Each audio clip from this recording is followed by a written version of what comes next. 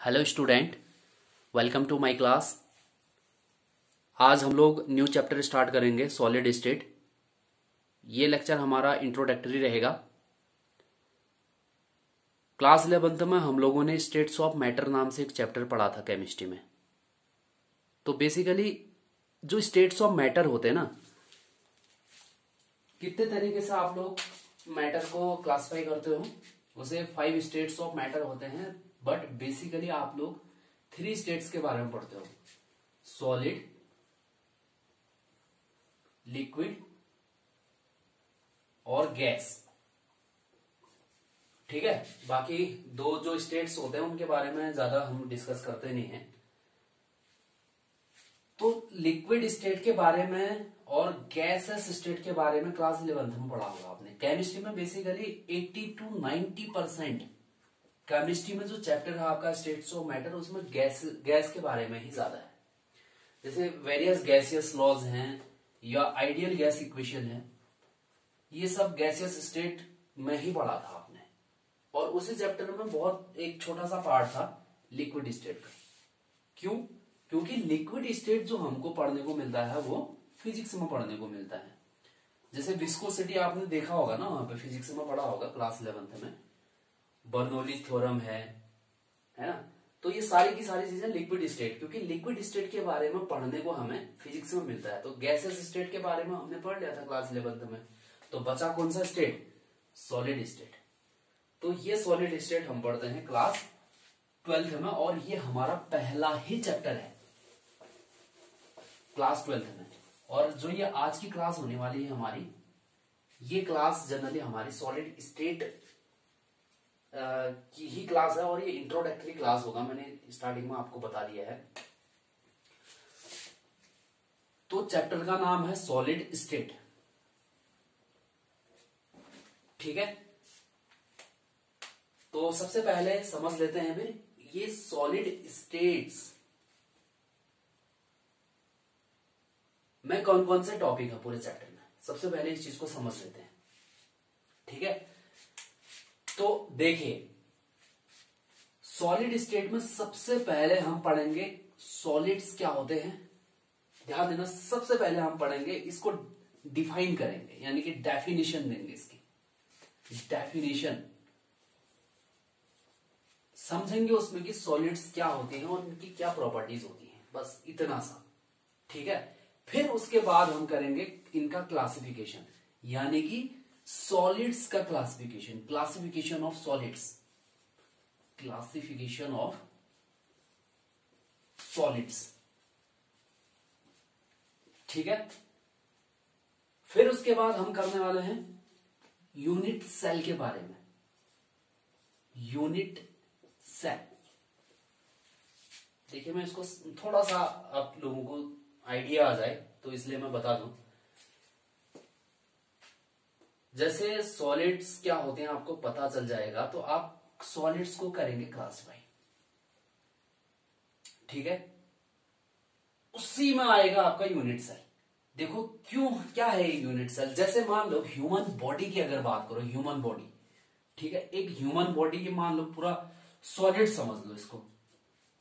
तो ये जो ह्यूमन बॉडी है ना, ये किससे बना है? समझो किससे बना है? ये सेल से बना है कि नहीं बना है?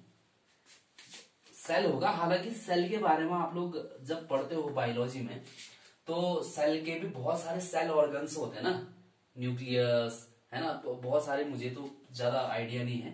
तो इसमें होता है जैसे न्यूक्लियस होता है आपका, और भी बहुत सारे सेल ऑर्गन्स होते हैं इसमें। ठीक है, तो इसी तरीके से क्या होता है ना, आपका जो सॉलिड्स है, वो जो सॉलिड है उसका स्मॉलेस्ट जो 3D स्ट्रक्चर है ना, 3 डायमेंशनल स्ट्रक्चर, वो है आपका यूनिट सेल। ध्यान देना, जब एक यूनिट सेल दूसरे यूनिट सेल से इस तरीके से कंबाइंड होता है, तब जाकर के पूरा लैटिस स्ट्रक्चर आपका बनता है। इसका ध्यान देना। तो यूनिट सेल जब अभी पढ़ाऊंगा मैं, तो पता चलेगा कि इसके बारे में डिटेल्स क्या है। इसी के अंदर जैसे इसका क्लासिफिकेशन पढ़ोगे आप, classification of unit cells, classification of unit cells. समझो ना, जैसे ह्यूमन बॉडी में सेल हैं, 1 सेल, 2 सेल, 3 सेल, इस तरीके से मिलेंगे, टिश्यूज बनाएंगे, ऐसे वेरियस टिश्यूज पूरी बॉडी बनाते हैं ना हमारी, तो सेम ऐसा ही है। जैसे सॉलिड है आपके पास, तो इस सॉलिड को फॉर्म करने के लिए आपकी जो स्मॉलेस्ट यूनिट की अगर बात करोगे तो वो तो होता है एटम्स एंड आयन। एटम्स हो सकते हैं, आयन्स हो सकते हैं, मॉलिक्यूल्स हो सकते हैं, ठीक है। अब जो ये आयन, एटम, मॉलिक्यूल्स होते हैं ये आपस में जुड़ते हैं, सबको पता है। जैसे मॉलिक्यूल बनता है तो कैसे बनता है, एटम्स होते हैं, एटम्स आपस में बॉन्डिंग करते हैं तब जाकर के मॉलिक्यूल बनते हैं, ठीक है। तो अब क्या है ना, जैसे एटम्स आपस में जुड़े मॉलिक्यूल बने, अब सिंगल मॉलिक्यूल तो बनेगा नहीं, ऐसे हजारों मॉलिक्यूल बनेंगे, ठीक है।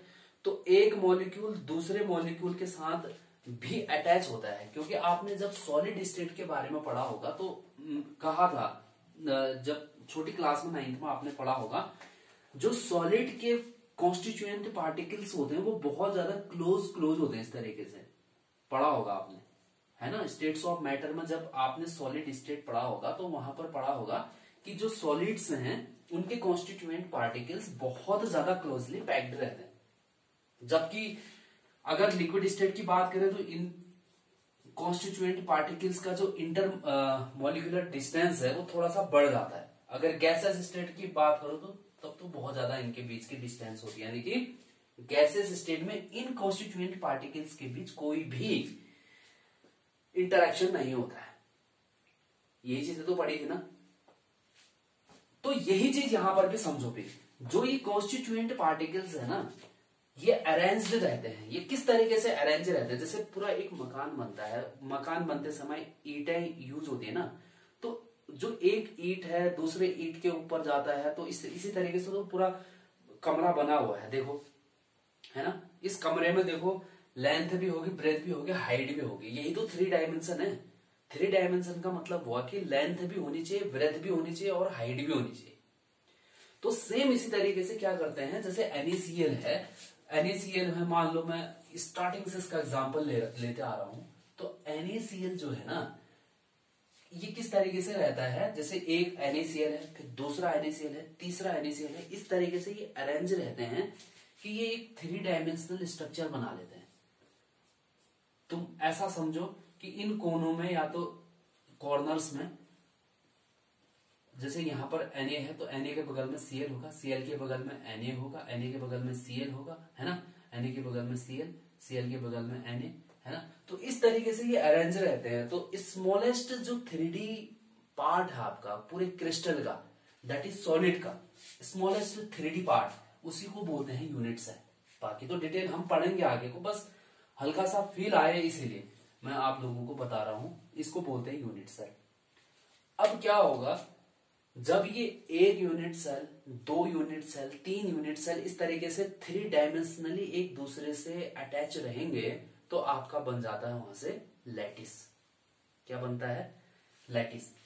इसीलिए मैंने, वैसे आप यूनिट सेल के जस्ट ऊपर भी रख सकते हो आप, क्योंकि पहले लैटिस के बारे में, फिर लैटिस को डिवाइड करोगे, उसका स्मॉलेस्ट पार्ट निकल के आएगा यूनिट सेल। जैसे ह्यूमन बॉडी है उसको डिवाइड करते जाओगे तो उसकी स्मॉलेस्ट यूनिट तक पहुंच जाओगे जिसको कहोगे आप सेल।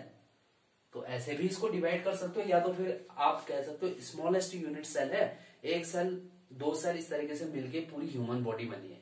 तो आप लैटिस को इसके बाद भी रख सकते हो, ऊपर भी रख सकते हो, बहरहाल मैंने इसके बाद लैटिस को रखा है, ठीक है।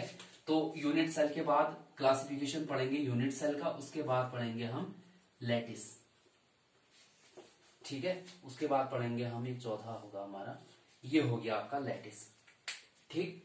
फिर उसके बाद पढ़ेंगे हम पैकिंग, बहुत ज्यादा इंपॉर्टेंट है पैकिंग।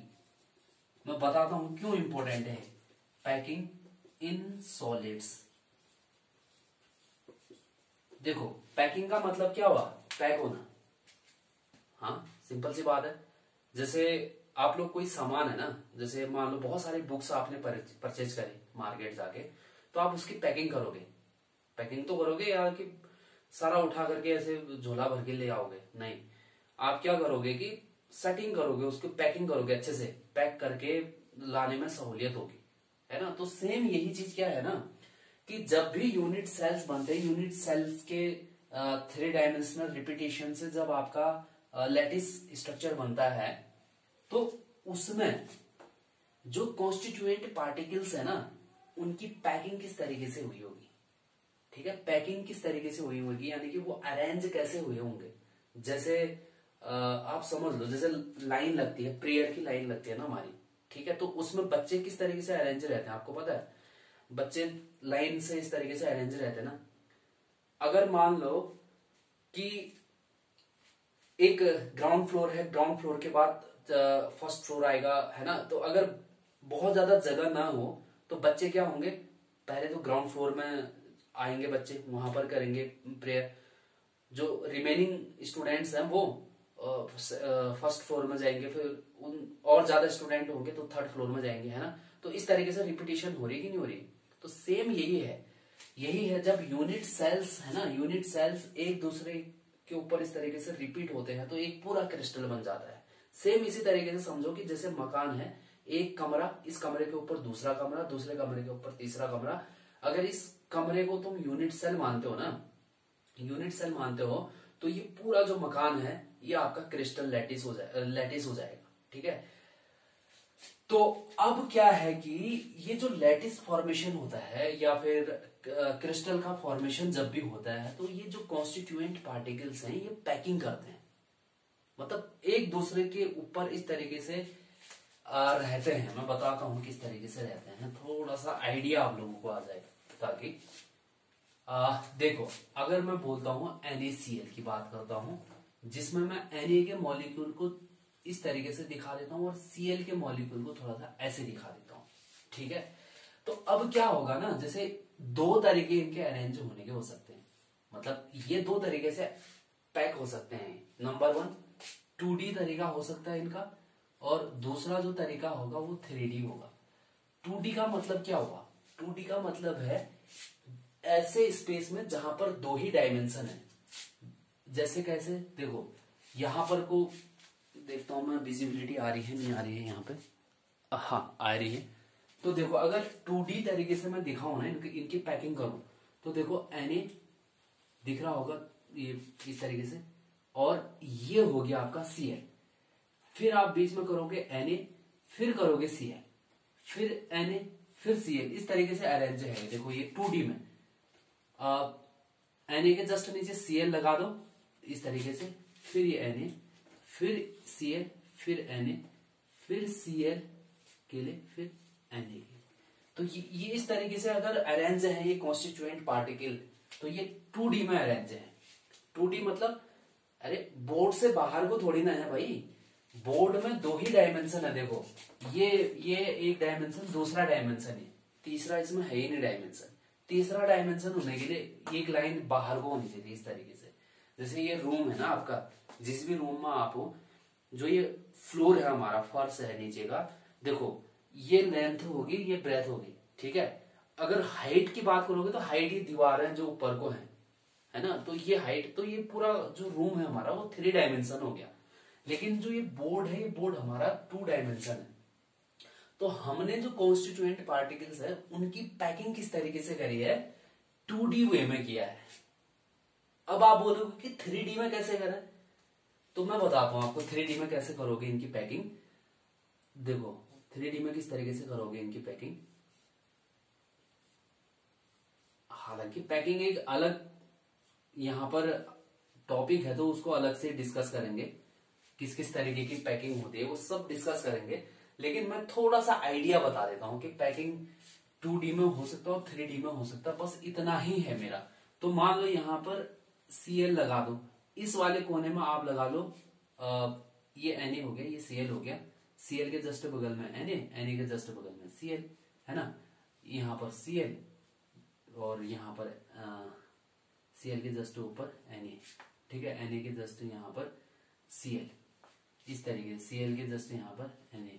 तो ये देखो पैकिंग इस तरीके से भी हो सकती है और इस तरीके से 2D में भी ये जो है पैकिंग हो सकती है। हालांकि मैं जब पैकिंग पढ़ाऊंगा एक अलग सा टॉपिक, तो उसमें बहुत ज्यादा डिटेल से पढ़ाऊंगा, इससे भी और ज्यादा डिटेल से पढ़ाऊंगा मैं, ठीक है।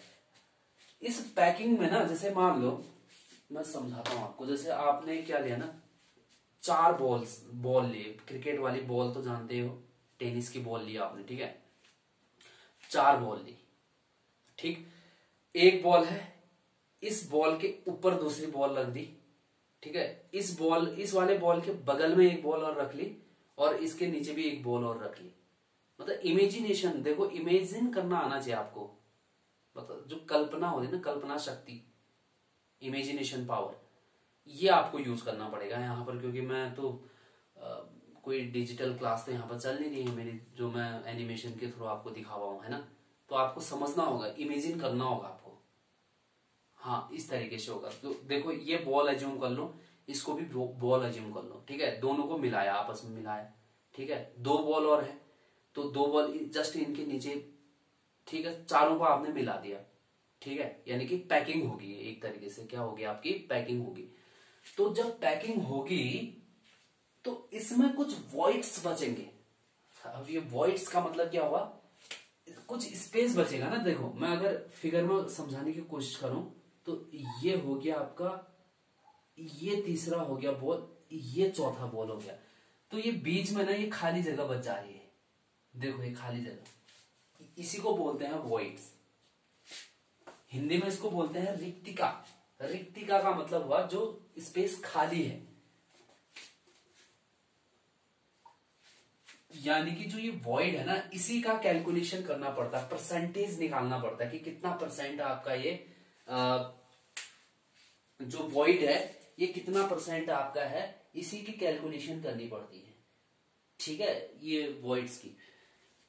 और भी बहुत सारी चीजें इसमें डिस्कस करनी होती है हम लोगों को, जैसे number of atom per unit cell, यानी कि एक यूनिट सेल में कितने एटम होंगे, इसको भी हमको कैलकुलेशन करना पड़ता है, ठीक है, क्योंकि यहाँ पर जब पैकिंग की हम बात करेंगे तो हो सकता है कोई इस वाले यहाँ पर कोई मॉलिक्यूल हो, इस वाले सरफेस में हो सकता है, किसी भी सरफेस में, तो ये पैकिंग एक अलग मुद्दा है। देखो नंबर ऑफ एटम्स को कैलकुलेट करना इन एनी यूनिट सेल, ये भी हम डिस्कस करेंगे।